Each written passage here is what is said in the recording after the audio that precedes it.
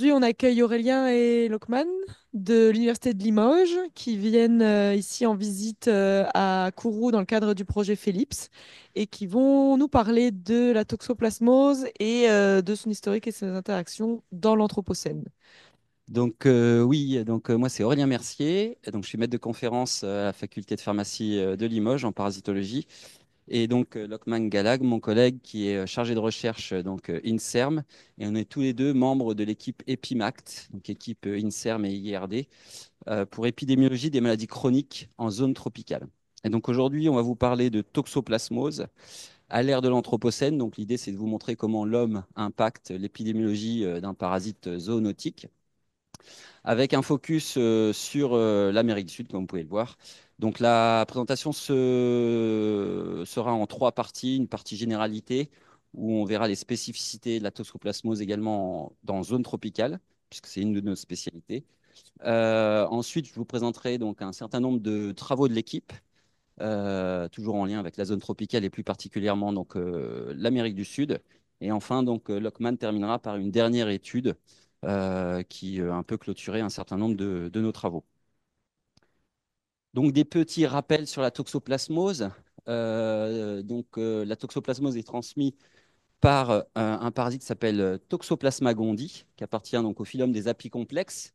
Il s'agit d'un parasite intracellulaire obligatoire. Donc, il a été conjointement découvert en 1908 par deux équipes. Nicolas Manceau en Tunisie, chez un petit rongeur, le Ctenodactylus gondii, que vous pouvez voir sur cette diapo, et également chez un lapin de laboratoire par Splendor, au Brésil. Ce qui est intéressant dans cette découverte conjointe, c'est qu'on s'aperçoit donc dès cette découverte que le parasite est capable de circuler aussi bien en milieu sauvage, donc avec notre petit rongeur d'Afrique du Nord, et également en laboratoire, donc en milieu plutôt domestique. Donc à l'époque, les conditions de laboratoire n'étaient pas les mêmes qu'à l'heure actuelle. Donc on peut comprendre que le parasite, par l'eau de boisson, on verra tout ça par le cycle, par l'eau de boisson, par la nourriture, a pu rentrer dans le laboratoire. Alors ce parasite, il a beau être le seul dans le genre Toxoplasma, hein, on a une seule espèce, Gondii, il est caractérisé par une grande diversité. Diversité géographique, puisqu'on le trouve à toutes les latitudes, depuis le Groenland jusqu'aux îles Kerguelen. Pour ceux qui ne connaissent pas les îles Kerguelen, c'est à peu près 1000 km en dessous de l'Afrique du Sud. Donc on va le retrouver à toutes les latitudes. Une diversité d'hôtes, il est capable d'infecter tous les animaux homéothermes, aussi bien les oiseaux que les mammifères. Et parmi les mammifères, on va retrouver l'homme. Diversité biologique, donc on voit ici, et je vais revenir après sur une diapo qui suit, donc différents stades. On a le stade tachyzoïde en haut à gauche de la diapo, le stade kyste avec des bradyzoïdes à l'intérieur, on verra à quoi ce stade correspond plus tard, et enfin donc en bas à droite, donc le stade oocyste. Et enfin, on observe également une diversité des formes cliniques. Donc nous, on travaille dans une équipe INSERM, donc qui est plutôt sur un volet santé. On s'intéresse aussi à cette clinique. Et chez les patients immunocompétents, donc les personnes en bonne santé, la plupart du temps, donc, on a des formes asymptomatiques, surtout en Occident. Cependant, et on le verra plus tard, il y a quelques cas graves, exceptionnels, de formes disséminées qui, dans le pire des cas, hein, peuvent amener jusqu'à la mort du patient si celui-ci n'est pas pris à temps en charge. On a également, chez les patients immunodéprimés, ça c'est classiquement connu, il s'agit d'un parasite opportuniste. Donc, en cas d'immunodépression, vous allez avoir une réactivation possible du parasite. Et donc, par exemple, chez les personnes VIH au stade SIDA, donc au moment où le système immunitaire est très bas, ces personnes, si elles font une réactivation, le parasite se trouve souvent au niveau du cerveau. On peut avoir une toxoplasmose cérébrale qui peut également être fatale si elle n'est pas prise en charge rapidement. Et enfin, donc la toxoplasmose en Occident est bien connue vis-à-vis de la toxoplasmose congénitale, puisque, mesdames, lorsque vous avez eu des enfants, le test, enfin en France, on a un test obligatoire de dépistage en début de grossesse, donc avec des risques de transmission au fœtus, donc qui n'est pas toujours le cas. Et si ça se passe en début de grossesse, donc généralement il y a faible probabilité que ça passe, mais si ça passe à des atteintes très graves au niveau du fœtus, pouvant aller soit à la mort fœtale ou à un arrêt médical de grossesse. Et si le parasite passe un peu plus tard dans la grossesse, lorsque la barrière placentaire est plus faible, à ce moment-là, il peut y avoir également des atteintes qui peuvent aussi apparaître plusieurs années après la naissance, notamment des atteintes oculaires. Donc, si on revoit les trois stades du parasite, donc le premier stade, le stade tachyzoïde. Donc ça, c'est la forme circulante lorsqu'on s'infecte. On va voir comment tout à l'heure. Le parasite va circuler dans le sang sous forme de tachyzoïde. Et ces tachyzoïdes vont vouloir essayer d'éviter le système immunitaire. Et donc pour cela, ils vont aller se transformer en bradyzoïdes et former des kystes. Donc c'est le stade suivant. Ces kystes vont se former dans l'ensemble des organes de l'hôte. Concernant les tachyzoïdes, ils ne jouent pas de rôle dans la transmission, si ce n'est on peut avoir un accident au laboratoire. Donc si on a des tachyzoïdes sur la paillasse et qu'on se touche par exemple les yeux, il peut y avoir une transmission au niveau des muqueuses. Mais il n'y a pas, le tractus digestif va détruire ces tachyzoïdes. Il n'y a pas a priori de transmission via les tachyzoïdes. Concernant les bradyzoïdes, donc je vous ai dit, on les retrouve normalement sous forme de kystes dans la plupart des organes. Cependant, avec le turnover, le renouvellement cellulaire, dès qu'une cellule meurt, le kyste se rompt. On a rediffusion des bradyzoïdes dans la circulation qui peuvent se remettre en tachyzoïdes et on a destruction par le système immunitaire de ces parasites. Donc finalement, on va garder uniquement des kystes dans les cellules qui ont une longue durée de vie. Et quelles sont ces cellules? Les cellules du cerveau et également les cellules des muscles. Donc c'est pour ça qu'on dit que ce parasite a un tropisme neurologique et musculaire, ce qui n'est pas tout à fait vrai, puisqu'il va dans tous les organes, mais c'est dans ces cellules qu'il va subsister le plus longtemps et parfois toute la vie du patient ou de l'autre. Et le dernier stade, le stade sporozoïde, qu'on appelle également, donc on retrouve dans les oocytes, donc ça, il s'agit de l'œuf du parasite, qui va faire suite à la reproduction sexuée qu'on va retrouver donc chez l'hôte définitif. Et donc, ils vont excréter dans l'environnement. Ces oocytes sont extrêmement résistants. Ils peuvent subsister plusieurs mois, voire plusieurs années, en fonction du climat. Et également, ils vont avoir un stade de maturation avant de devenir infectieux. Donc, on parle de sporulation. Voilà. Donc, les deux derniers stades, le stade bradyzoïde dans les kystes, donc ça, c'est une forme de quiescence chez l'hôte intermédiaire. Et le stade aussi, c'est la quiescence, mais au sein de l'environnement. Et donc, c'est ces deux stades qui vont être source de contamination pour l'homme et la plupart des autres animaux. Euh, donc, en petit récapitulatif, hein, donc on a un parasite qui est capable d'infecter n'importe quelle cellule nucléée de n'importe quel mammifère ou oiseau. Également, hein, il est cosmopolite. On considère qu'un tiers de la population mondiale est infectée par ce parasite. Donc ici, dans l'auditoire, hein, une personne sur trois, et peut-être que certaines de ces dames le savent déjà, sont infectées.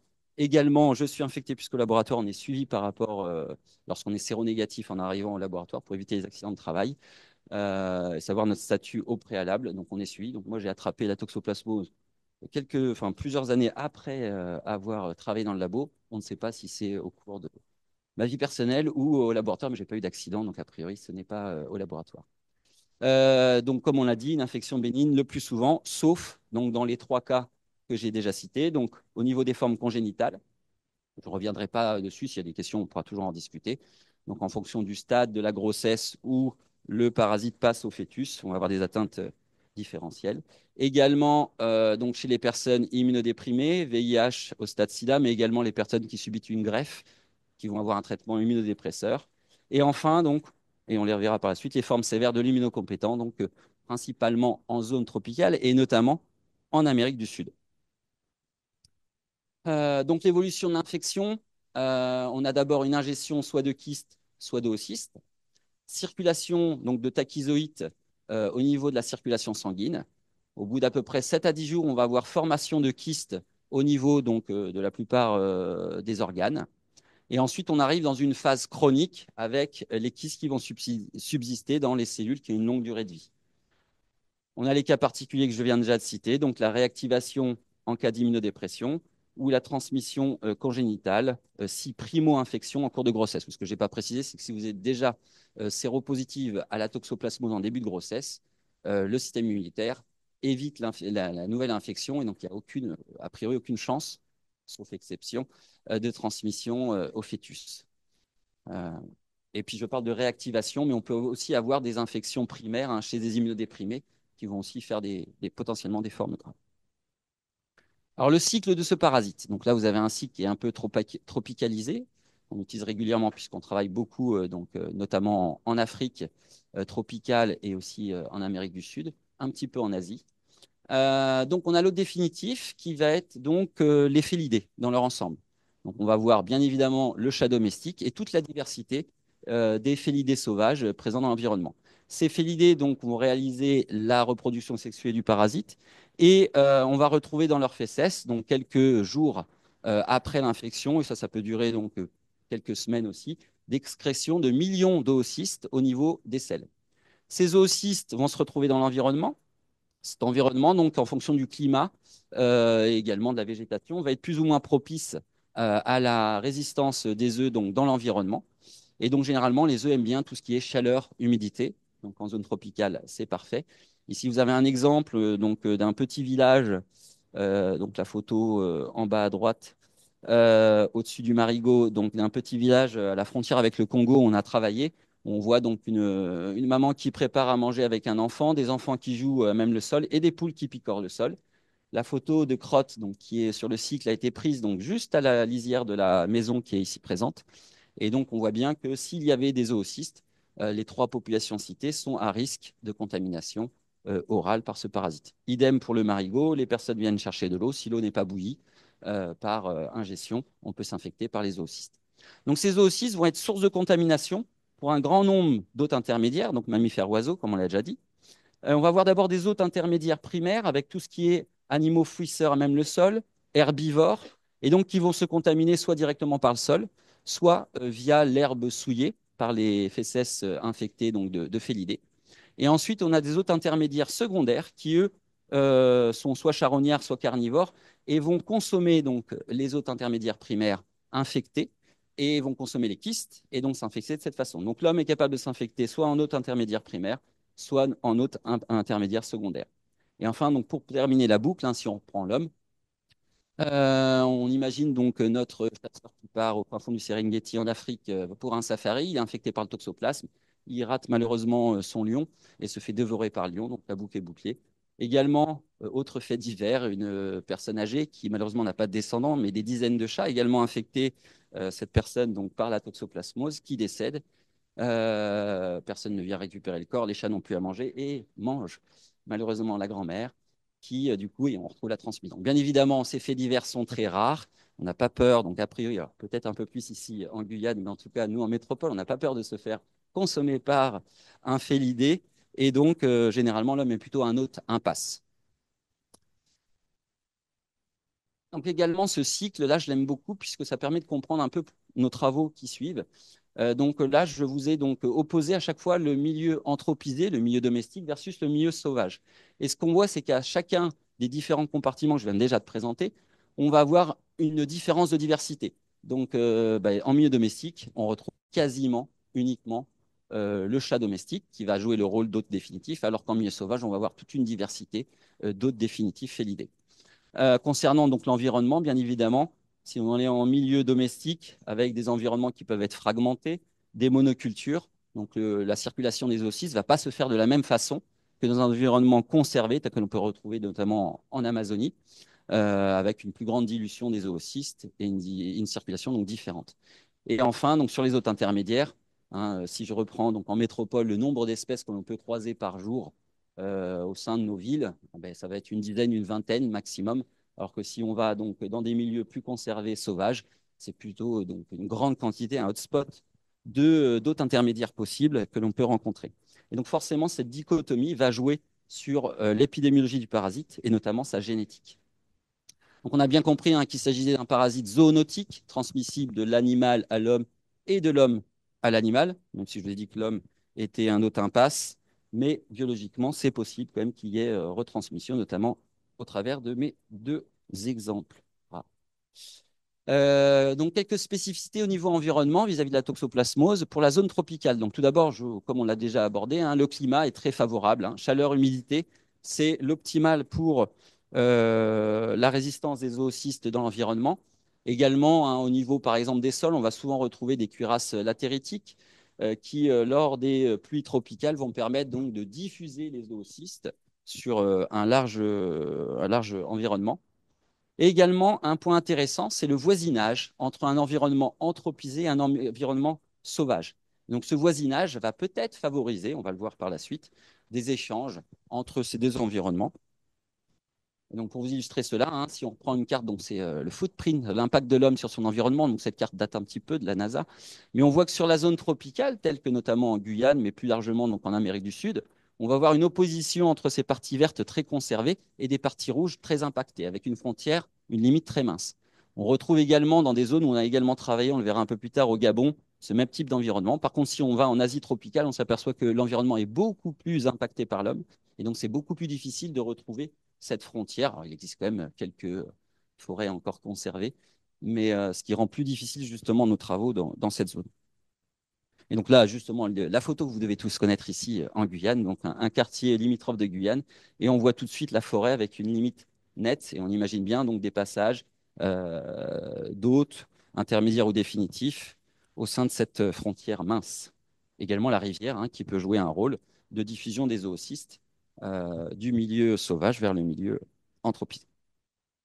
Donc, si on revient sur les hôtes définitifs, hein, actuellement, on considère qu'il y a 42 espèces de félidés décrites à travers le monde, avec un hotspot au niveau de l'Asie, puisque les félidés seraient donc au niveau ancestral originaire plutôt d'Asie. Cependant, en Asie, comme je l'ai dit, hein, le milieu est fragmenté. Généralement, on retrouve une espèce, un biotope particulier, mais jamais une grande quantité. Je crois qu'à Bornéo, on peut retrouver jusqu'à 5 espèces de félidés au sein d'une même forêt, mais quand même dans un environnement qui est bien réduit si on le compare à l'Amazonie, donc notamment en Amérique du Sud. Donc en Amérique du Sud, on a quand même une belle diversité de félidés, et en Amazonie, on va retrouver jusqu'à 6 espèces différentes de félidés qui peuvent vivre au sein d'un même biotope. Et donc, on peut imaginer excréter des zoocystes sur le même territoire, hein. Si on prend l'oncilla et le jaguar, bah, ils ne sont pas en concurrence en termes de prédation. Et donc, l'oncilla peut excréter sur le territoire du jaguar et ainsi continuer les jaguars, etc., etc. Donc, avec une dynamique, hein, c'est une hypothèse, une dynamique beaucoup plus forte du toxoplasme dans cette zone. En Afrique, on a aussi une diversité de félidés bien plus réduite. Si on reprend les forêts tropicales, au Gabon, on a peut-être 3 espèces dans la même zone, mais ça reste tout de même intéressant, ce pourquoi on l'investit. Également rappeler, hein, que, alors on oppose souvent, vous allez voir dans notre présentation, l'ancien monde et le nouveau monde. Ancien monde, donc continent africain, européen, asiatique. Nouveau monde, les continents américains. Donc, dans ce qu'on observe dans l'ancien monde, c'est plutôt un effondrement de ces populations. Et donc, finalement, une circulation du toxoplasme sûrement principalement due aux chats domestiques, hein. Par contre, dans le Nouveau Monde, on s'aperçoit que les populations de félidés sont bien plus conservées, malgré tout de même l'érosion de la forêt. Mais donc, ces hôtes définitifs peuvent jouer, sauvages, peuvent jouer un rôle plus prépondérant que dans l'Ancien Monde. Voilà. Je ne sais plus si je le dis plus tard, mais à l'heure actuelle, hein, on estime, si je le dis ici, donc on estime que le nombre de chats à travers le monde, hein, c'est le premier animal domestique. Donc, les estimations vont de 600 millions à 1 milliard de chats à travers le monde. Donc, on comprend bien le rôle que vont jouer ces chats dans l'épidémiologie de la toxoplasmose. Également sur l'expansion du chat, donc le chat domestique a émergé dans le croissant fertile il y a 10 000 ans, au moment de la révolution néolithique, et après a épandu à travers l'ancien monde, donc sur plusieurs millénaires. Et on considère que dans une partie de la zone tropicale, celui-ci est arrivé beaucoup plus récemment, avec notamment la colonisation. Concernant les hôtes intermédiaires, hein, la zone tropicale, je ne vais rien vous apprendre, est un hotspot de diversité. Donc, on va retrouver énormément d'hôtes intermédiaires. Également des hôtes intermédiaires domestiques, hein, avec notamment des poules, des ovins, des caprins, des moutons, parfois aussi des bovins, et dans lesquels on retrouve notamment des fortes prévalences du toxoplasme. Je reviens du coup sur le mode de contamination. On en a déjà parlé, donc soit par les kystes, soit par les zoocystes. En zone tropicale, on considère que la transmission via la viande, via la viande, donc pour l'humain, est négligeable, hein, puisque généralement, en dehors des pratiques culturelles métropolitaines, la viande est plutôt très cuite, voire bouillie. Donc les kystes sont détruits, hein. Au-delà de 60 degrés, les kystes sont détruits.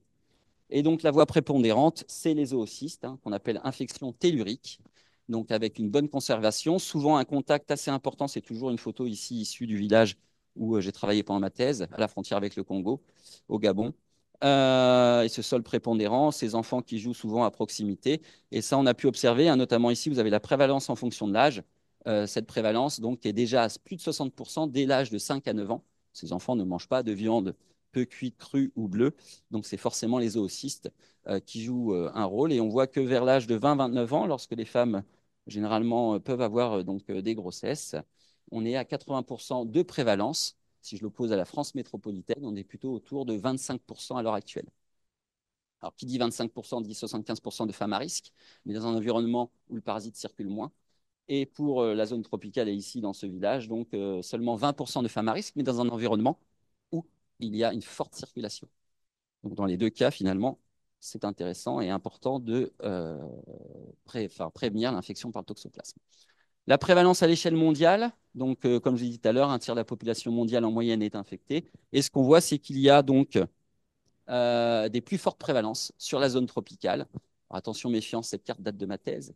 Et dans certaines zones comme Madagascar, il y a une seule étude. Il faut rester quand même tout de même prudent. Mais de façon générale, on voit voilà, une plus forte prévalence dans la zone tropicale en lien avec la zone climatique, mais également donc, la présence de félidés, les niveaux socio-économiques et également la culture, les modes de vie. Donc, au niveau des manifestations cliniques en zone tropicale, donc celles-ci sont généralement beaucoup plus sévères que celles observées donc notamment en métropole, mais on va dire plus généralement en Europe, voire en Amérique du Nord, notamment donc au travers de toxoplasmose congénitale sévère.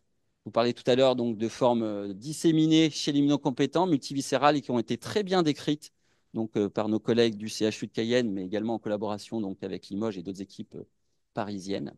Également des atteintes oculaires, on va revenir tout à l'heure aussi, plus prévalentes et plus sévères que celles observées en Europe et en Amérique du Nord. Et ces formes donc, plus sévères de toxoplasmose en zone tropicale semblent en relation avec une génétique particulière. Hein, la génétique du parasite semble jouer donc, sur cette virulence. On va y revenir dessus. Donc justement, en termes de diversité, hein, avant que je commence, donc moi j'ai passé ma thèse en 2010 et j'ai commencé en 2006, je crois. Ce qu'on connaissait avant le début de mes travaux, c'était qu'il y avait trois grands archétypes, trois grandes lignées, le type 1, le type 2, le type 3.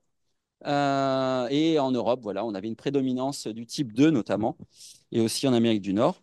Mais donc moi, j'ai commencé également des travaux, mais également d'autres collègues à travers le monde ont poursuivi ces travaux. Ils sont intéressés à plus grande diversité d'autres animaux, notamment des animaux sauvages qu'on avait très peu investigués. Également des zones géographiques beaucoup plus larges. Et on s'est aperçu qu'on avait des génotypes qui correspondaient à des mix de 1, 2, 2, 3, et également des génotypes qu'on appelait à l'époque atypiques, c'est-à-dire qui ne correspondent ni à du 1, ni à du 2, ni à du 3. Et les dernières études, donc ça c'est une étude qui a été menée en 2016, montrent qu'il existerait donc 16 haplogroupes, 16 grands groupes génétiques, dans lesquels on va retrouver bien évidemment nos trois haplogroupes. Donc, pour resituer, puisqu'on est dans le contexte guyanais, hein, la plupart des souches guyanaises, notamment de la forêt, sont ici donc dans le clade F, représenté ici. On voit qu'elles ont une position assez particulière dans cet arbre, et on va revenir dessus. Donc, à travers le monde, hein, la diversité, voilà comment elle se représente. Donc là, c'est des données basées sur des données microsatellites. Je crois que c'est une figure qui a été faite par Lockman. Et donc, on voit qu'on a une prédominance hein, au niveau des lignées qu'on appelle intercontinentales. Et le nombre est très petit, donc les lignées qu'on va retrouver un peu partout à travers le monde. Donc, on a principalement le type 2 qu'on retrouve largement majoritaire en Europe, mais également en Amérique du Nord et en Afrique du Nord et un petit peu en Afrique du Sud. Également le type 3 qui est totalement cosmopolite, mais à petite dose, donc c'est la lignée bleue que vous voyez dans les camemberts.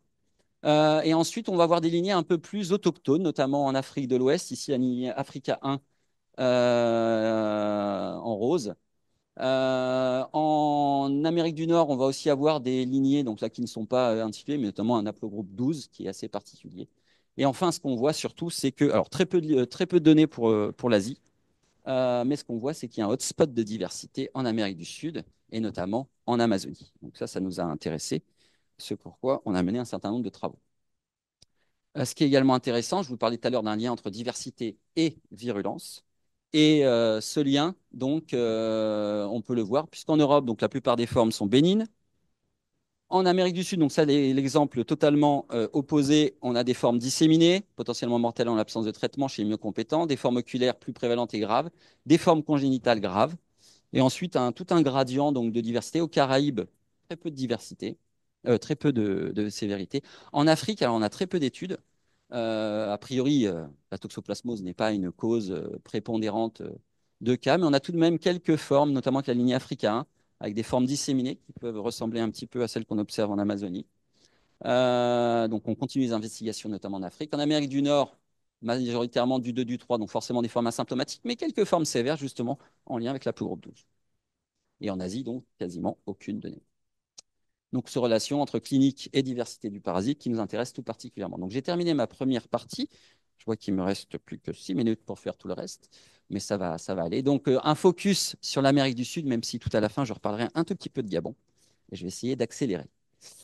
Donc justement, la Guyane, la Guyane depuis les années 2000, hein, on a plus d'une centaine de cas qui ont été décrits de toxoplasmose amazonienne et qui ont un peu chamboulé nos connaissances sur la clinique. Donc ces travaux ont été faits notamment par le CHU de Cayenne, ma maître de thèse, Marie-Laure Dardet, qui est partie à la retraite depuis, et des collègues aussi de Paris. Donc les premiers cas ont été détectés au CHU de Cayenne. Et on a vu donc des immunocompétents avec des formes cliniques variées et totalement différentes, des symptômes prépondérants, totalement différentes de ce qu'on connaissait jusqu'ici, notamment en Occident. Donc, des fièvres, des asthénies, localisations viscérales multiples et des formes disséminées. Généralement, les patients font des détresses respiratoires et se retrouvent hospitalisés. Et s'ils ne sont pas pris en charge, hein, il y a très peu de cas, mais c'est déjà arrivé, s'ils ne sont pas pris en charge à temps, ça peut être le décès du patient. Après, on s'aperçoit actuellement qu'on a quand même tout un panel aussi de symptômes qui peuvent être aussi moins graves. Mais ces cas correspondent à des souches qu'on disait atypiques à l'époque, même si vous allez voir qu'on a pu les caractériser depuis. Et en lien avec un cycle sauvage du parasite. Et donc, durant ma thèse, en 2009, on m'a donc envoyé en Guyane pour aller explorer notamment la zone anthropisée domestique, puisqu'on avait tous ces cas roses ici sur la carte qui correspondaient à des formes sévères de toxoplasmose de patients qui avaient donc souvent consommé du gibier pas assez cuit, bu de l'eau de crique non bouillie, etc., etc. Mais on ne savait pas ce qui se passait sur la côte. Donc tous les ronds bleus, c'est les souches à l'époque en collaboration, donc toujours avec le CHU de Caen et l'Institut Pasteur, qu'on a isolées et qu'on a caractérisées. Donc d'un point de vue génétique, on a pu isoler donc en 6 mois de travail 29 souches anthropisées et on avait déjà à l'époque donc pas une centaine de souches, mais on avait 18 souches sauvages correspondant à des patients qui avaient des formes sévères en lien avec le milieu sauvage. Ce qu'on voit, c'est qu'on a une opposition entre milieu sauvage et domestique d'un point de vue génétique, hein, avec une diversité des souches. Hein. Une seule souche isolée en milieu sauvage, c'est à chaque fois un génotype différent, alors qu'on avait beaucoup de clones et de souches similaires en milieu sauvage et des clusters bien plus définis en milieu anthropisé. Donc on voit, si on regarde les différents indicateurs de diversité, généralement, on a 2 fois plus de diversité génétique en milieu sauvage qu'en milieu anthropisé.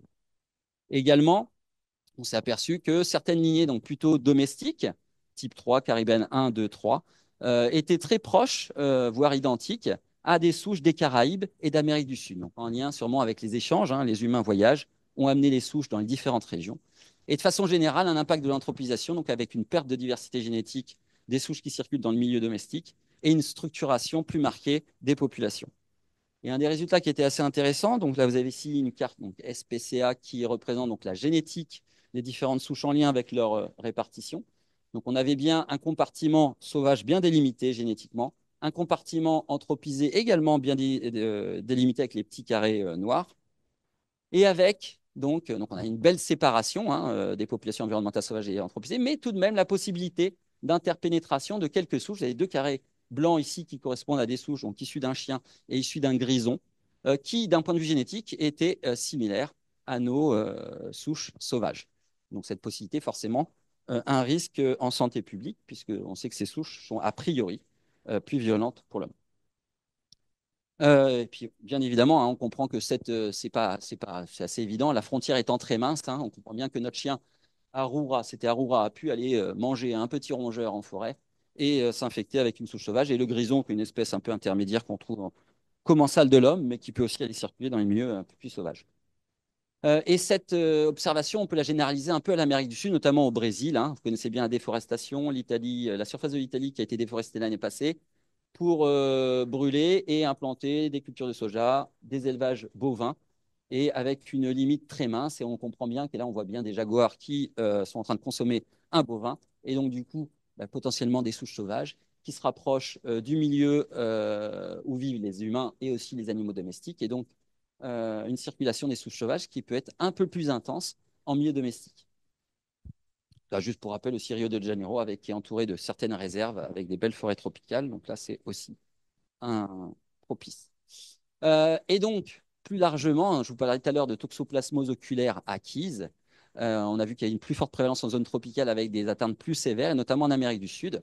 Hein, on peut voir ici des prévalences qui vont entre 6% en Colombie et jusqu'à 20% dans certaines régions en Argentine, mais également au Brésil. Euh, alors que les prévalences donc, en Amérique du Nord sont plutôt de 2% et en Europe entre 0,3 et 1%. Donc on voit bien qu'il y a un impact. Et je vous disais donc justement en Amérique du Sud, de façon plus générale, ces souches sauvages qui dissémineraient dans l'environnement domestique. Donc c'est une des hypothèses.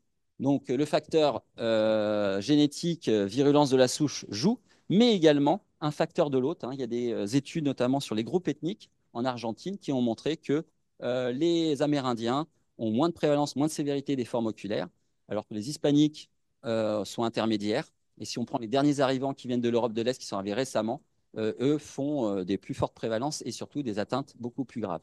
On considère que les hispaniques, depuis qu'ils sont installés depuis la colonisation, ont échangé, se sont mixés avec les Amérindiens, ont peut-être récupéré aussi quelques gènes de résistance. Donc l'effet hôte joue énormément. En Guyane, on n'a pas de preuves réelles, même si on observe quand même, il y a eu quelques épidémies dans des zones, notamment à Camopi, et dans ces épidémies, on n'a pas eu tant de formes hospitalisées des patients amérindiens. Mais après, c'est une épidémie, donc c'est un seul clone, et donc c'est un peu difficile de faire des statistiques là-dessus. Alors, ce que je dis à mes collègues en métropole, c'est que jusqu'ici, ben voilà, tout ça, l'Amérique du Sud, c'est bien loin. Et donc, est-ce qu'il faut avoir peur de la toxoplasmose amazonienne ou de la toxoplasmose, on va dire, d'Amérique du Sud? Et bien, tout de même, on est concerné en métropole, notamment via la viande chevaline. Hein. On est dans un monde globalisé, vous le savez bien. Et donc, les échanges de marchandises, et notamment de nourriture, ben, vont jusqu'à chez nous. Et la viande chevaline, c'est de la culture française. On aime bien manger du cheval. Et ces chevaux proviennent d'où? Bah, majoritairement d'Amérique du Nord et d'Amérique du Sud. Ces chevaux sont élevés en semi-liberté, donc sans contact avec le milieu sauvage. Et donc on a décrit, et on en décrit de plus en plus, des cas de toxoplasmose, notamment un cas mortel chez un patient immunocompétent suite à la consommation de viande de cheval. Et ce patient, donc on a pu isoler la souche du patient, du steak, voir aussi l'origine du steak, et c'était Amérique du Nord. Donc au final, ces souches peuvent débarquer sous nos contrées, mais sans s'installer directement dans l'environnement, parce que c'est directement chez le patient, il n'y a pas de diffusion. Voilà. Bon, le Gabon, je vais passer très vite parce que je vois que le temps est dépassé en ce qui me concerne. Donc on avait isolé aussi des souches, hein, milieu plutôt domestique, et ce qu'on avait vu, c'est qu'il y avait une structuration entre urbain et rural. Donc là, il n'y a pas de souches sauvages qui ont été isolées dans cette étude. Donc, notamment dans 4 villes, Libreville, Makokou, Franceville et Dienga. Et Dienga était totalement différent d'un point de vue génétique donc, de nos souches rurales au niveau du village. Dienga, c'est les photos que je vous ai montrées précédemment. Avec des FST, donc des distances génétiques plus larges entre le village et les 3 grandes villes, alors que les villes entre elles avaient des distances bien plus courtes, malgré que les distances géographiques soient extrêmement longues. Voilà. Et ça, on peut le mettre en lien avec justement les activités humaines, puisqu'on a des transports qui se font très bien entre ces 3 grandes villes. Donc, on avait vu que les patterns génétiques étaient à peu près similaires, alors que Dienga, à l'époque, je dis bien à l'époque, parce que ça a changé depuis, était à 6 heures de piste de Franceville, la plus grande ville, avec un seul taxi brousse à l'époque. Donc, il y avait très peu de marchandises et d'animaux qui voyageaient entre les deux zones. Donc là, on voit bien encore un impact de l'homme sur l'environnement et le toxoplasme. Donc, on en est arrivé à un point où voilà, on avait une jolie carte de la diversité à l'échelle mondiale, à des échelles plus ou moins locales, voire transcontinentales, des voyages de souche entre des milieux sauvages, des milieux anthropisés. Alors, au niveau des chevaux, il n'y a pas d'implantation dans l'environnement. Et on s'est posé la question au laboratoire, ben, comment cette diversité évolue, comment elle a évolué, donc comment on en est arrivé à cette image et comment elle va évoluer dans le futur. Donc on a voulu tester 2 hypothèses. Donc on travaille d'un projet qui donc est terminé depuis, un projet ANR sur les phénomènes d'introgression dans la diversité génétique du toxoplasme entre la France et l'Afrique de l'Ouest et centrale, et comparer à l'Amérique du Sud et l'Amérique du Nord, puisqu'on avait déjà des données. En gros, on avait très peu de données génétiques, enfin pas assez en tout cas pour l'Afrique et pour la France. Donc on a été réisoler des souches. Donc on avait 2 hypothèses. Une hypothèse du commerce maritime.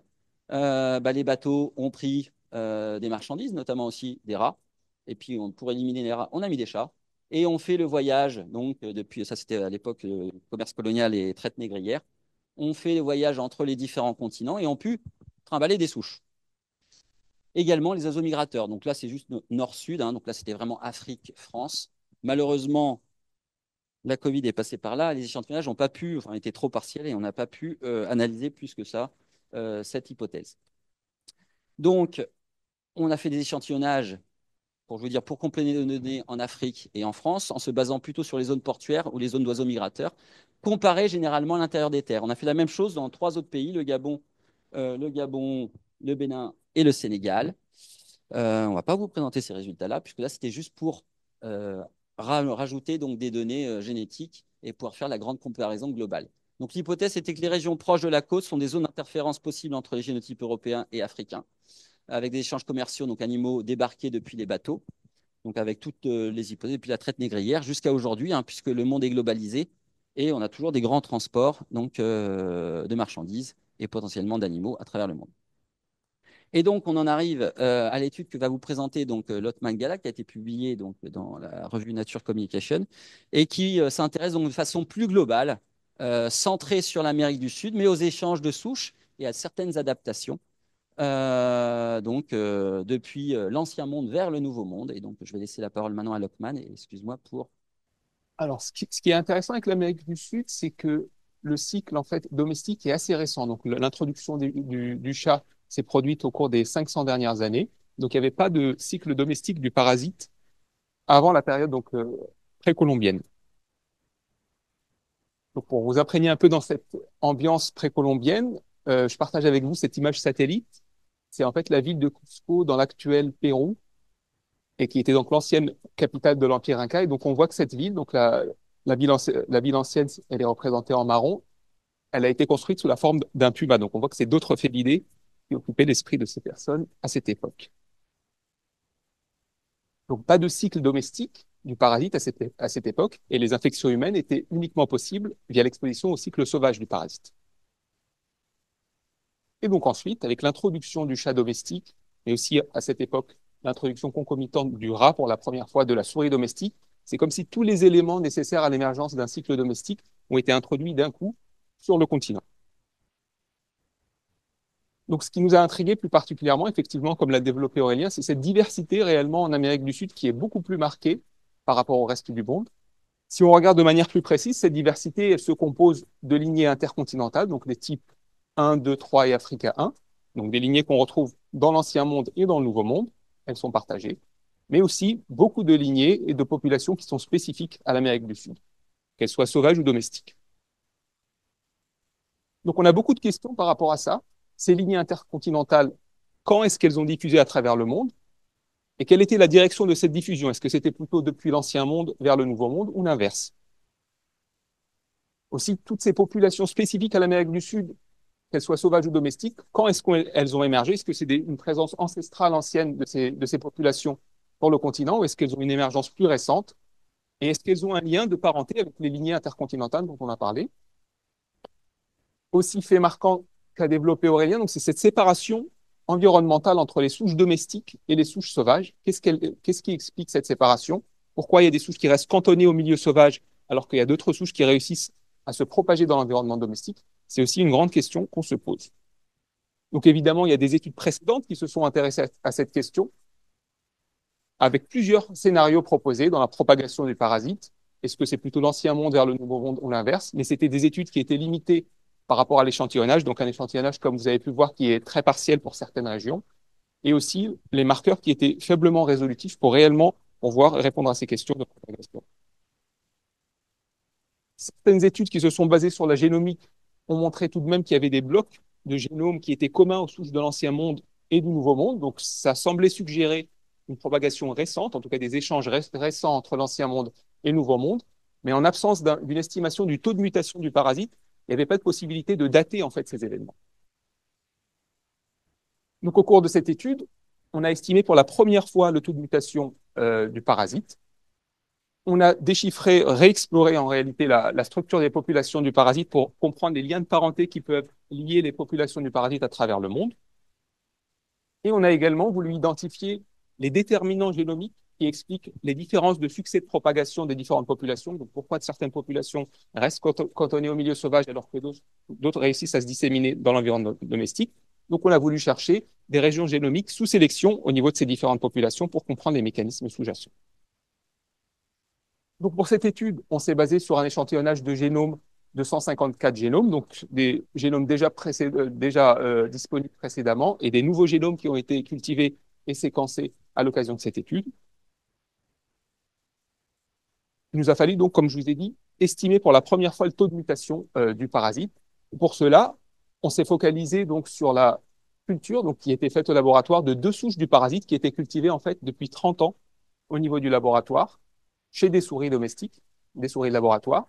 Et donc ces souches, c'était 2 souches très différentes, donc une souche de type 1 qui avait une reproduction rapide et une virulence forte chez la souris, donc qui a été cultivée durant 260 000 heures sur cette période de 30 ans. On connaît le taux en fait, le rythme de multiplication parasitaire de cette souche, donc qui est de 5 heures, le temps de mitose en quelque sorte, le temps de division. Et donc on a estimé qu'il y avait sur cette période de 30 ans, 52 000, à peu près 52 000 divisions cellulaires qui se sont produites.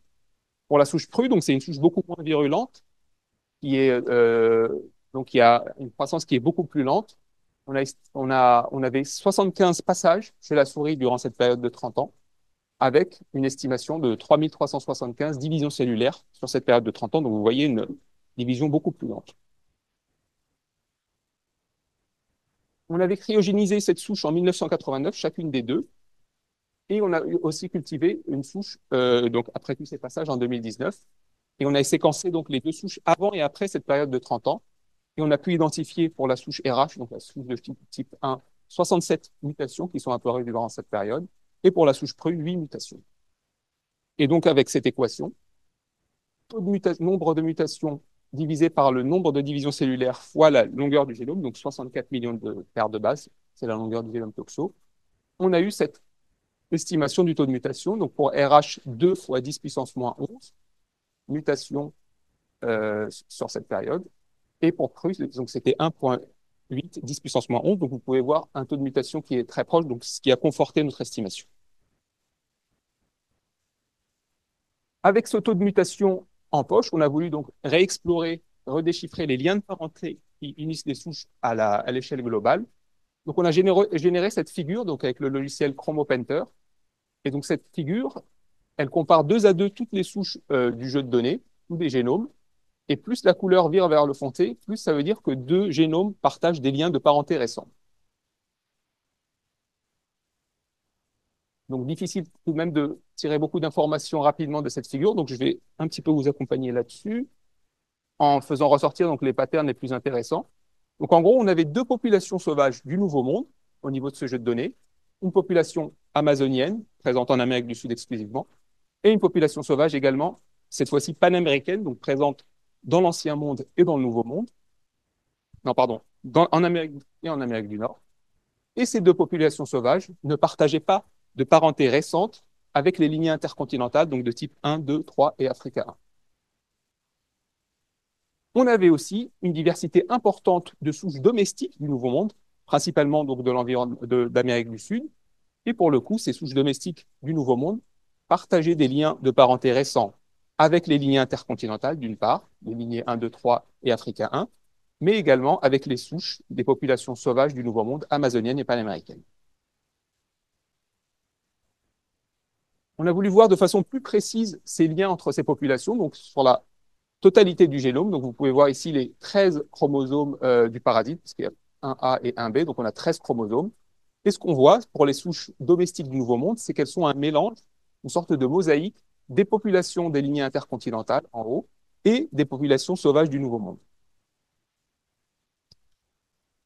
Dans beaucoup de cas, ces populations domestiques du Nouveau Monde avaient hérité de chromosomes complets d'une des lignées, donc 1 ou 2 ou 3 ou Africa 1. Comme vous pouvez le voir ici, c'est l'exemple du chromosome 4. On voit que les souches domestiques du Nouveau Monde ont hérité, pour beaucoup d'entre elles, de chromosomes complets de type 3. Donc c'est un pattern qu'on a aussi observé pour les autres chromosomes.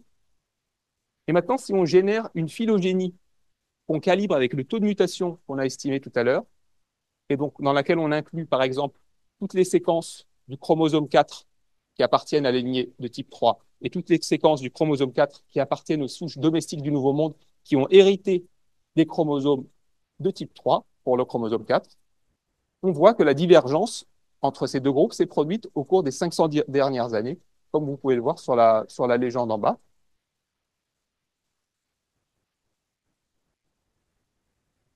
Et on s'est aussi intéressé donc à la séquence de l'apicoplaste. Donc l'apicoplaste, en fait, c'est une organelle qu'on retrouve dans les cellules de plusieurs espèces de parasites.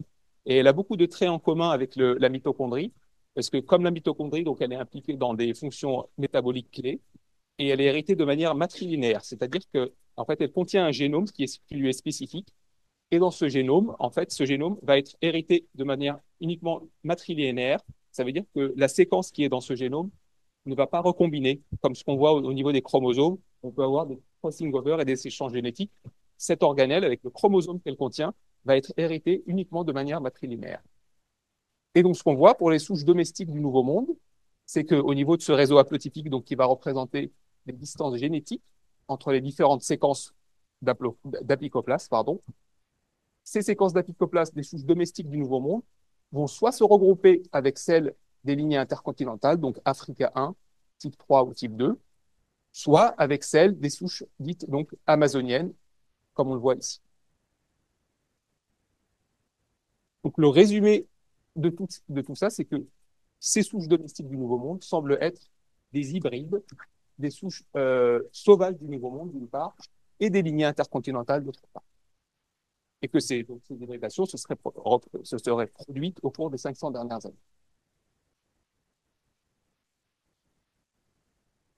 Donc, la question qu'on s'est posée pour terminer, c'est que est-ce que ces hybridations qui se sont produites étaient des hybridations aléatoires ou est-ce qu'il y avait certaines régions du génome qui étaient sous sélection au niveau de ces hybrides?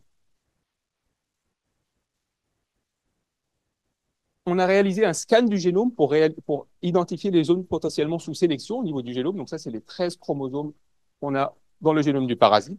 Et on a remarqué effectivement, au niveau du chromosome 1A, un fort signal de sélection qui se situait plus exactement sur le chromosome 1A, donc sur une portion de 100 000 bases pour ce chromosome. Et donc 100 000 bases, le parasite a un génome qui fait 64 millions de bases. Donc ça représente en fait 0,16% du génome. Pour comprendre ce qui se passait au niveau de cette région sous sélection, on a généré une phylogénie de cette région. Et ce qu'on peut voir, c'est que contrairement aux souches sauvages qui ont un grand nombre d'haplotypes d'allèles au niveau de cette région, donc on voit que c'est assez diversifié, les souches des lignées intercontinentales et les souches hybrides dérivées de ces lignées intercontinentales partagent tous le même haplotype au niveau de cette région. Donc on aura un haplotype unique, fortement conservé, commun aux lignées intercontinentales et aux hybrides issus de ces lignées intercontinentales. Et ce qu'on observe aussi, autre observation intéressante, c'est que en position basale à cet haplotype, on a les souches de la lignée Africa 4. Alors, la lignée Africa 4, c'est une lignée qu'on retrouve uniquement en Asie et en Afrique, donc une lignée uniquement de l'Ancien Monde. Et donc ça nous donne une information très importante sur l'origine de cet haplotype, qui se situerait donc plutôt dans l'Ancien Monde par rapport au Nouveau Monde, et aussi une indication importante sur la direction qu'a emprunté cet haplotype dans sa propagation, donc une propagation plutôt de l'Ancien Monde vers le Nouveau Monde.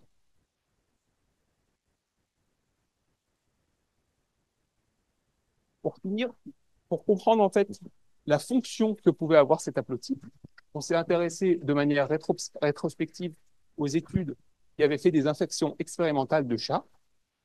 Et on se rend compte qu'en fait, que les chats qui ont été infectés par des souches domestiques du parasite, pour lesquelles on sait maintenant qu'elles sont porteuses de cet haplotype sous sélection, ces souches-là ont efficacement été propagées par les chats. Donc, les chats ont disséminé des oocystes.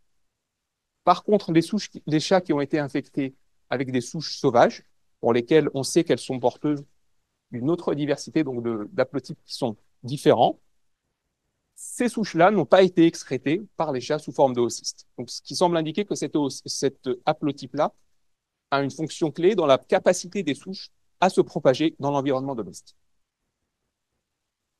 Donc, en conclusion, ce qu'on a montré, c'est que le cycle domestique du toxoplasme en Amérique du Sud avait émergé de manière assez récente par des hybridations entre des lignées portées depuis l'Ancien Monde, des lignées 1, 2, 3 et Africa 1, et des lignées des populations sauvages présentes de manière ancestrale dans les Amériques, indiquées ici.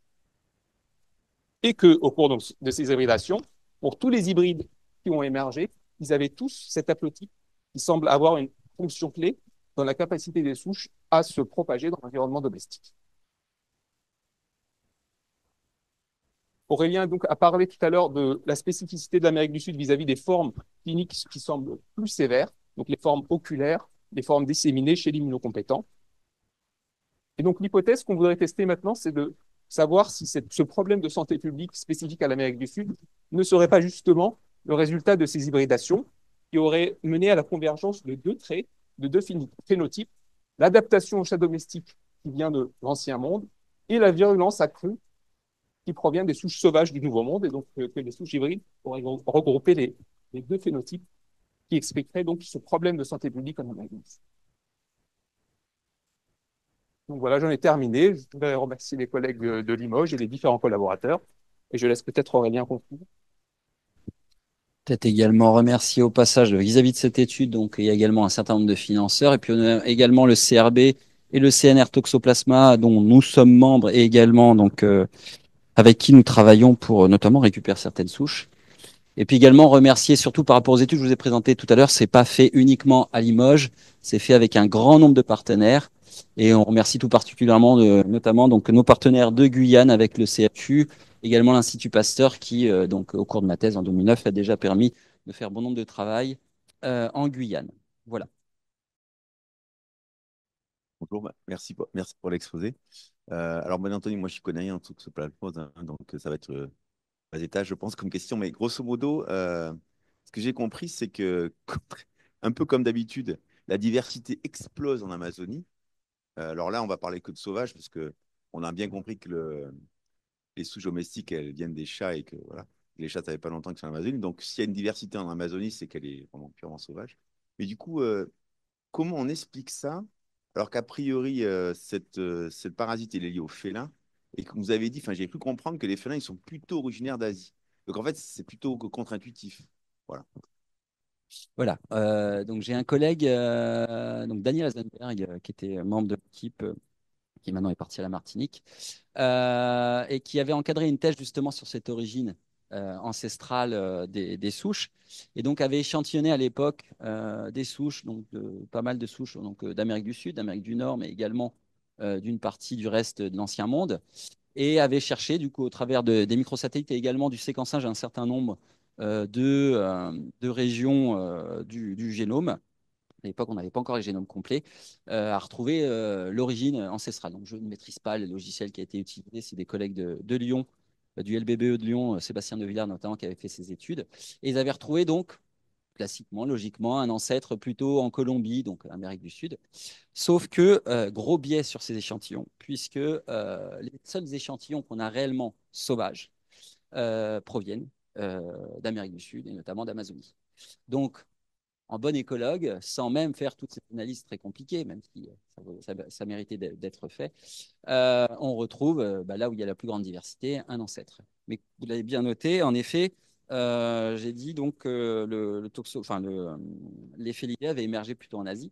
Et à l'époque, j'étais aussi co-auteur de ce papier, donc il y a eu beaucoup de débats, puisque on n'a pas titré l'origine ancestrale, on a titré l'origine ancestrale des lignées actuelles, les lignées qu'on peut encore observer.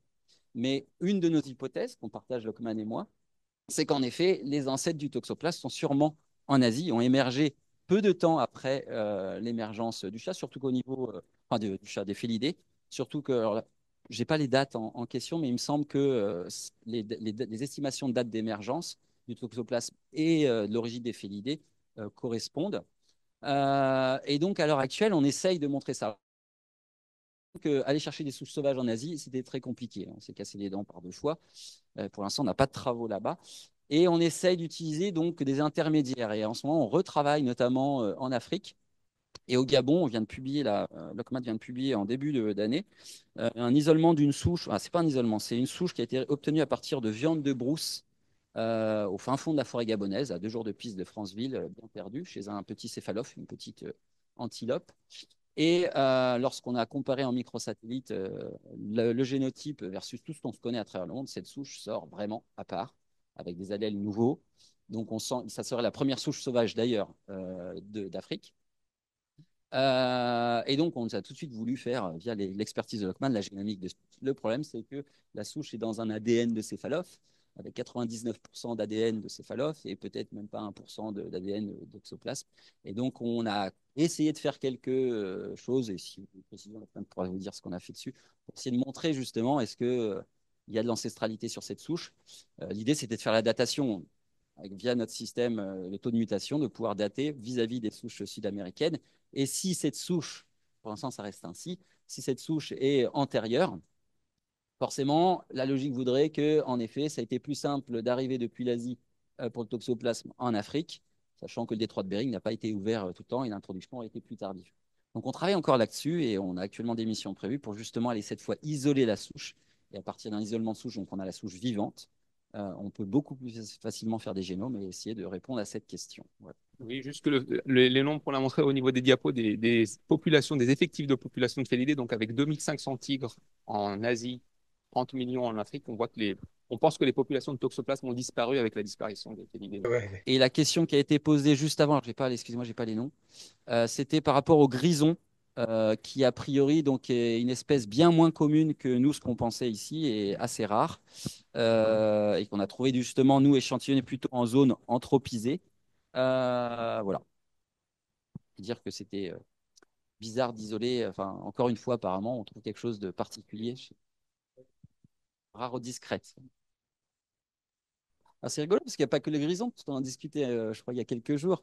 Lors de cet échantillonnage, donc c'était au cours de ma thèse en 2009, j'ai failli aussi tenter un isolement de souche à partir de chiens bois. J'avais trouvé, oui, voilà. Donc, alors, nous, on est comme notre parasite, on est opportuniste. Hein. On ne va pas commander de la viande aux chasseurs, enfin, des animaux aux chasseurs, etc. On profite de toutes les morts accidentelles ou causées, donc les animaux morts en bord de route, les animaux issus de la chasse, s'ils sont disponibles, les centres de soins également. Parfois, on va directement chez les éleveurs, notamment pour les poules. Les poules sont un bon bioindicateur de présence du parasite et c'est facile à acheter, puis il y a surtout à screener au préalable en sérologie.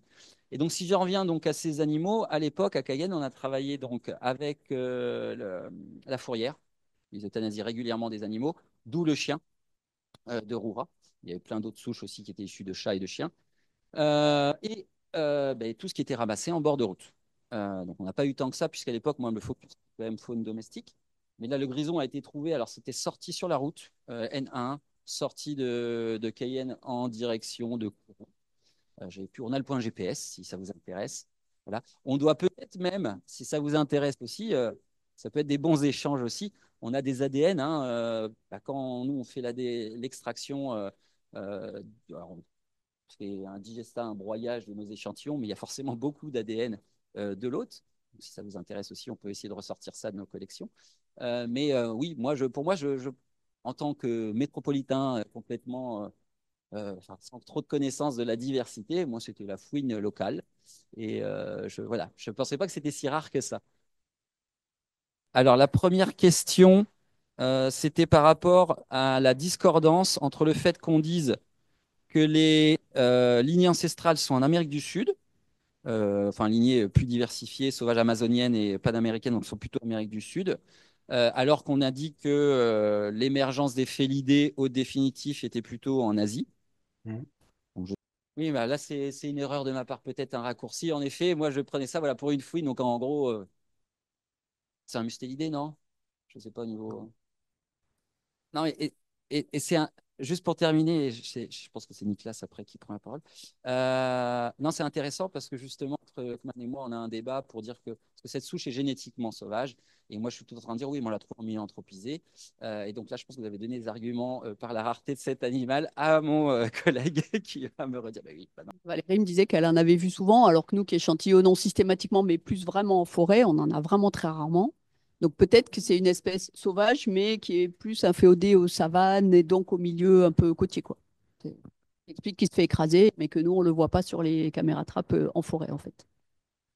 C'est vrai qu'après, nous, sur les bords de route, on n'a pas trouvé tant d'animaux, parce que je pense qu'ils disparaissent aussi relativement vite, consommés par d'autres prédateurs, j'imagine, ou charognards. En fait, là, j'ai peut-être une autre question.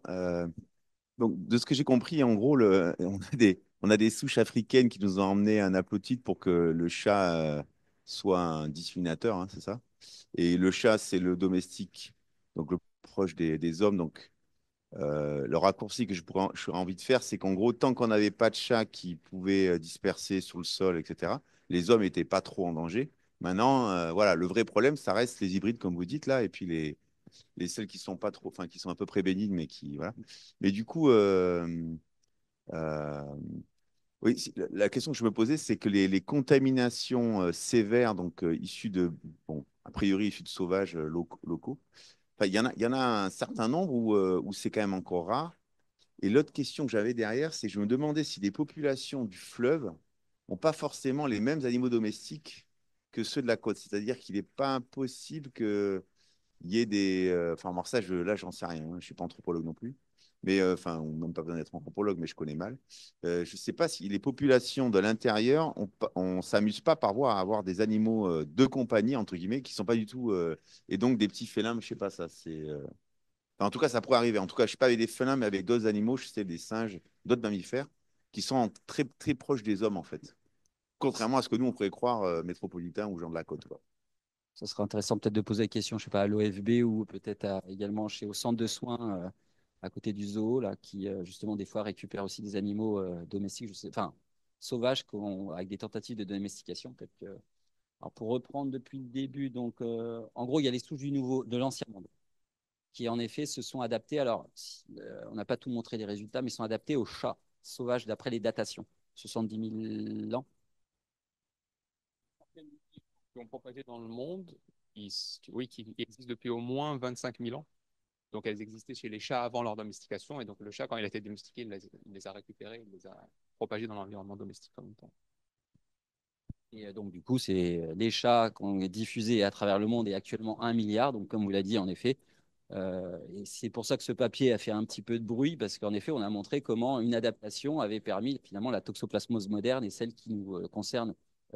Parce que la toxoplasmose amazonienne, c'est vraiment plutôt un accident de rencontre avec un parasite qui est inféodé au milieu sauvage et théoriquement, on rencontre, enfin, nous, occidentaux, on rencontre moins.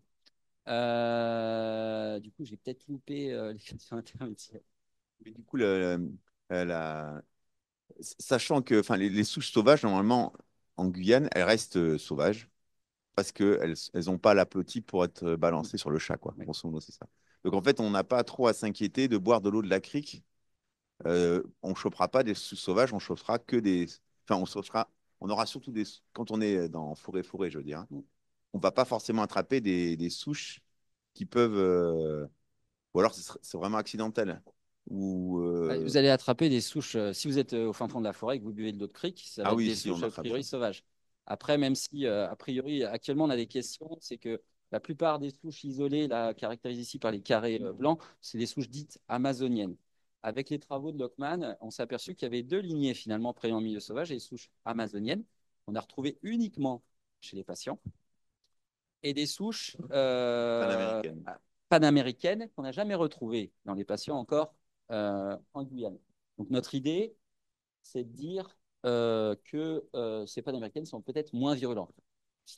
Et on a tout de même deux souches qui ont été publiées, deux souches sauvages, donc une souche publiée par nos collègues du CHU de jaguar sur la piste de Bélison,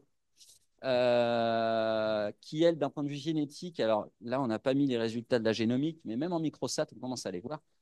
Il y a une souche de jaguar et une souche de cariacou que j'ai isolée moi lorsque j'ai fait ma thèse. Toujours la piste de Bélison, le hasard totalement. Et c'est ces deux souches, ces deux génotypes 16 et 20, qui se raccrochent à des souches de référence, notamment de type 2, même si là, il ne faut pas trop faire d'amalgame, mais en tout cas, elles se séparent du reste des souches dites amazoniennes. Et donc, Lockman l'a prouvé, l'a montré en génome, elles sont bien différentes. C'est les panaméricaines, voilà. Et donc, on n'a pas. Voilà. Donc là, c'est pour ça aussi on aimerait bien peut-être aussi continuer là-dessus pour essayer de trouver ces souches panaméricaines ou ces souches amazoniennes dans la faune qu'on n'a pas encore trouvé. Je crois qu'il y avait. Est-ce que j'avais une idée de réponse? Il y avait une autre question. Non, ça, il y avait. En tête, peut-être m'en après. Non, non, J'avais réfléchi à quoi la réponse et ça reviendra. ouais, bon, oui, non, mais boire l'eau de la crique, ça c'est un autre truc parce que on est assez fiers, nous, de pouvoir dire qu'on boit l'eau des criques par rapport à l'Afrique, où on peut vraiment pas la Et boire. je pense que c'est pas une. Mais ouais, c'est vrai que ça calme un peu, là, j'avoue. Après, surtout si vous nous dites que Ah, si elle les est bouillie, souches il n'y a pas de sauvages sont souci. les plus virulentes, alors qu'on pourrait boire de l'eau de la crique avec que des chats, mais comme il y a plein de félins en Guyane, ouais, voilà. On est sûr d'avoir des souches sauvages et plutôt relous, en fait. Qui est mal cuite, soit de l'eau qui n'était pas Ouais, traitée, pas bouillante. ok. Bon, ah oui, et du coup, les populations qui vivent depuis très très longtemps en forêt, est-ce qu'ils avaient la toxoplasmose, est-ce que c'est une maladie qui était entre guillemets connue, où il y a déjà eu des cas où on ne sait absolument pas parce qu'on n'a jamais regardé ou parce que les symptômes sont trop compliqués à voir? Parce que ça, c'est quand même curieux. Si on est entouré d'autant de toxoplasmose sauvage, qu'il n'y ait pas de maladie comme ça, enfin que la maladie ne soit pas connue. Parce qu'en gros, elle est connue parce qu'il y a beaucoup de gens et que les gens sont plutôt contaminés par des chats domestiques, quoi.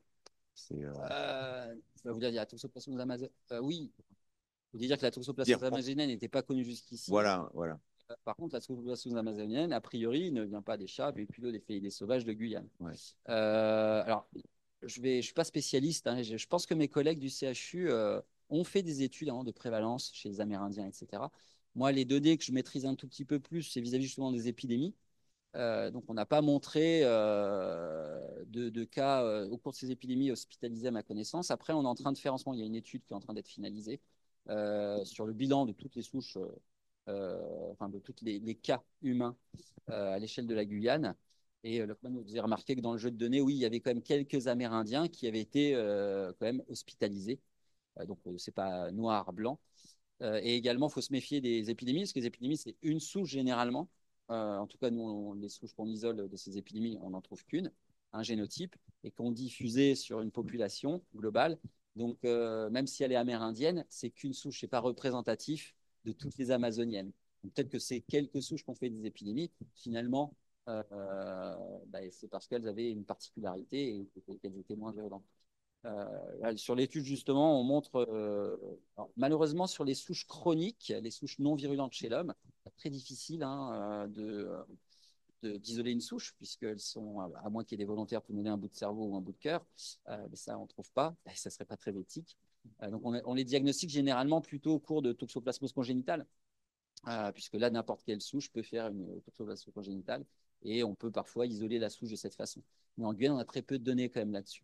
Donc, généralement, on a l'écart décrit, on appelle ça les souches polysymptomatiques, qui vont faire des petits ganglions, des petites fatigues, sans hospitalisation, sans symptômes majeurs. Encore une fois, je ne suis pas clinicien, donc il y a sûrement d'autres termes à ajouter à ce que je viens de dire, mais on n'a pas la diversité génétique qui correspond à celle-ci.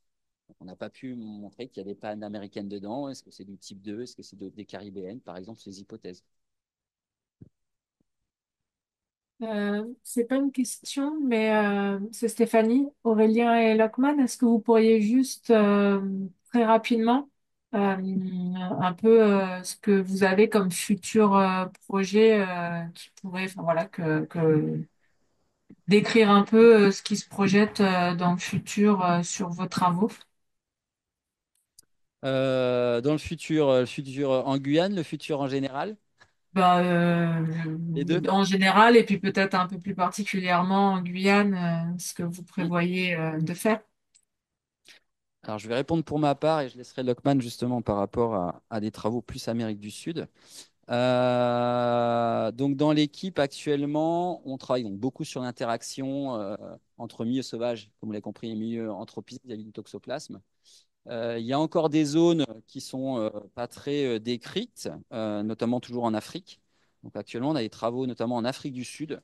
Et justement, la recherche un peu en Afrique, c'est la recherche du cycle sauvage. Est-ce qu'il existe un cycle sauvage qu'on observe en Amérique du Sud? Ou est-ce qu'il n'existe plus? Donc là, l'idée en Afrique du Sud, c'est d'aller isoler des souches Donc là, avec des partenaires sur place, et c'est les partenaires qui font, hein, nous on les accompagne.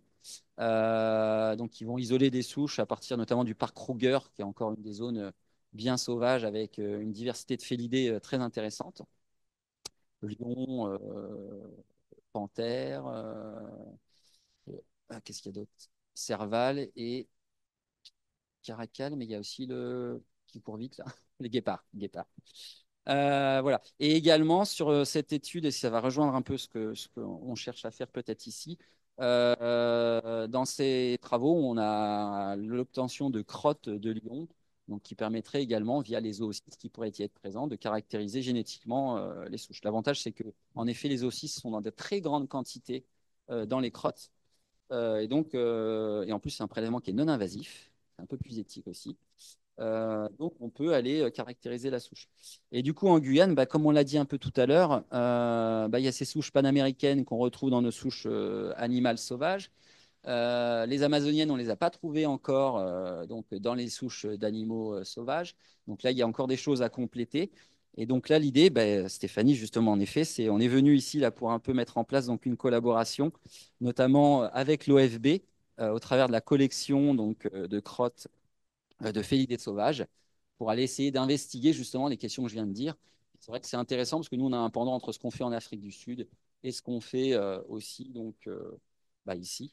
Donc, je pense qu'il y aura des échanges très intéressants, très enrichissants, des améliorations de protocoles.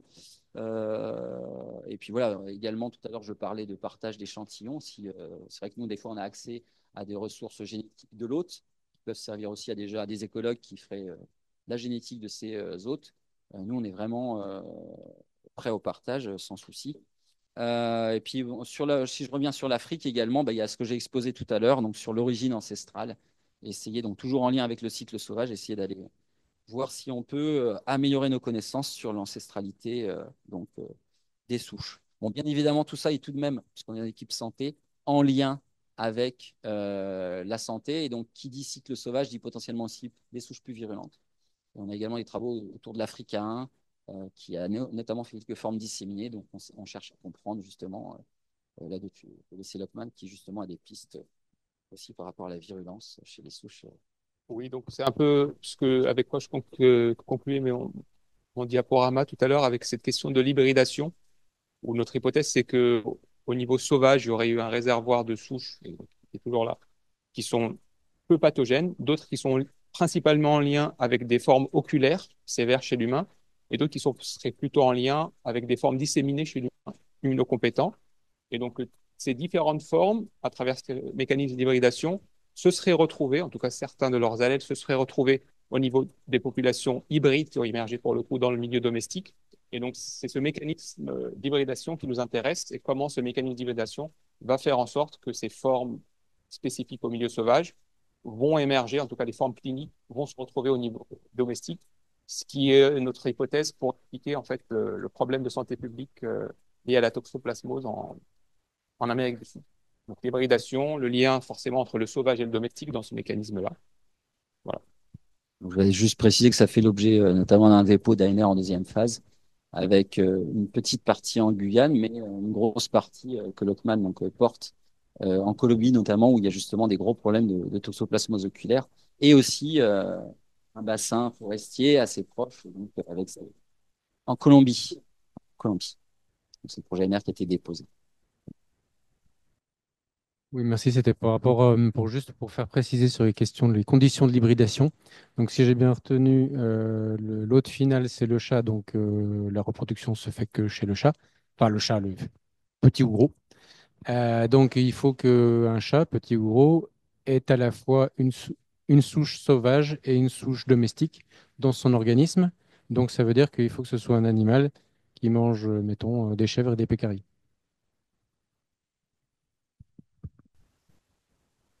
Et oui, donc c'est une question capitale parce que en fait, ce qu'on retrouve, c'est que c'est difficile qu'un félidé, ou c'est peu probable, s'infecte ou mange deux proies infectées avec deux souches différentes à peu près au même moment pour que les deux souches se retrouvent au même moment dans son intestin.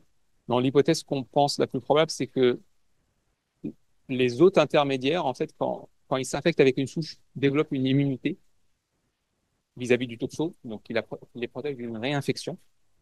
mais que s'ils se réinfectent, donc ils ont une deuxième infection avec une souche qui est génétiquement très différente, il se peut que les systèmes immunitaires ne puissent pas protéger contre cette deuxième infection, ce qui fait que l'autre se retrouverait infecté avec deux souches différentes.